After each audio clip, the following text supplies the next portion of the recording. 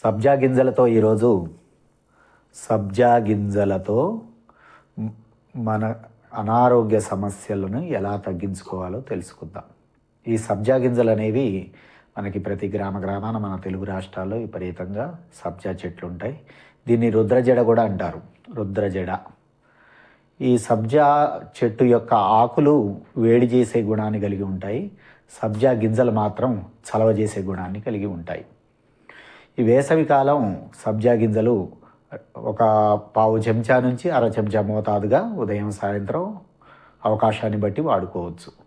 సబ్జా గింజల్ని రాత్రి ఒక గ్లాసు నీళ్ళల్లో ఒక అర చెంచా గింజలు వేసి నానబెట్టి ఉదయాన్నే పరగడుపున కొంచెం పటిక బెల్లం పొడి కలుపుకొని తాగుతూ ఉంటే అతి వేడి తగ్గిస్తుంది శరీరంలో. అలాగే సబ్జా గింజలతో ఇంకా చాలా అనేక రకమైన వ్యాధులను కూడా తగ్గించుకునే శక్తి ఈ సబ్జా గింజలకు ఉంది. సబ్జా గింజలు ముఖ్యంగా కడుపులో గ్యాసు, అల్సర్సు, మలబద్ధకం, మోషన్ మాటికి వచ్చినట్టు అనిపించడం, పొట్టలో నులి పురుగులు, దీనికి కూడా రాత్రిపూట సబ్జా గింజలు నానబెట్టేసి కొంచెం పటిక బెల్లం కలుపుకొని పరగడుపున తాగుతూ ఉంటే ఇప్పుడు ఈ చెప్పిన అనారోగ్య సమస్యలన్నీ పూర్తిగా తగ్గిపోతాయి. అలాగే మన చర్మ వ్యాధులు అంటే దద్దుర్లు, దురదలు, ఒళ్ళంతా పైత్యం ఎక్కువైనప్పుడు దద్దుర్లు, దురదలు వస్తాయి. దీనికి కూడా ఈ సబ్జా గింజల్ని రాత్రి నానబెట్టి పటిక బెల్లం పొడి పొద్దునే కలుపుకొని పరగడుపున తాగుతూ ఉంటే ఈ దురదలు, దద్దుర్లు తగ్గుతాయి. దాంతోపాటు ఇదే సబ్జా గింజల్ని రోజు ఇలాగే నానబెట్టి తాగుతూ ఉంటే తలలో చుండ్రు, తెల్ల వెంట్రుకలు తొందరగా రావడం, తల వెంట్రుకలు పెద్ద పొడుగ్గా పెరగటం, అలాగే తలలో దురద, అలాంటి సమస్యలు కూడా పూర్తిగా తగ్గిపోతాయి. అలాగే ఇదే సబ్జా గింజలు ఆడవారికి నెలసరి నొప్పి రావడం, పీసీఓడి, అలాగే అతిమూత్రం, మూత్రంలో మంట, ఇలాంటి సమస్యల్ని కూడా ఈ సబ్జా గింజలు దూరం చేస్తాయి. అలాగే ఒళ్ళు తగ్గటానికి, బాగా లావుగా ఉన్నవాళ్ళు ఒళ్ళు తగ్గటానికి కూడా ఇదే సబ్జా గింజల్ని రాత్రిపూట ఒక కప్పు నీళ్ళల్లో నానబెట్టి ఉదయాన్నే ఒక చెంచా తేనె కలిపి వాడుతూ ఉంటే అధిక కొవ్వుని కరిగించే శక్తి ఈ సబ్జా గింజలకు ఉంది. ఇలా చేస్తూ ఉంటే ఈ లావుగా ఉన్నవాళ్ళు కూడా ఒళ్ళు తగ్గటానికి చాలా వరకు అవకాశం ఉంది.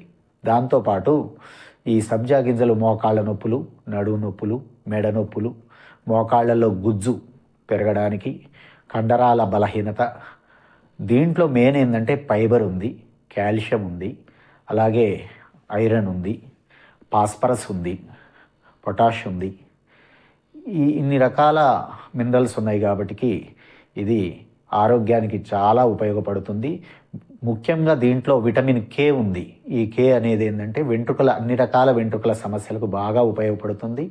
అలాగే ఇదే సబ్జా గింజలు కళ్ళల్లో మసకలు రావటం, కళ్ళెమ్మటి నీళ్లు గారడం, కళ్ళల్లో శుక్లాలు పెరిగి కంటి పొరకి అడ్డం పడుతూ ఉండటం, ఇలాంటి కంటి సమస్యల్ని కూడా బాగు చేసే శక్తి ఈ సబ్జా గింజలకు ఉంది.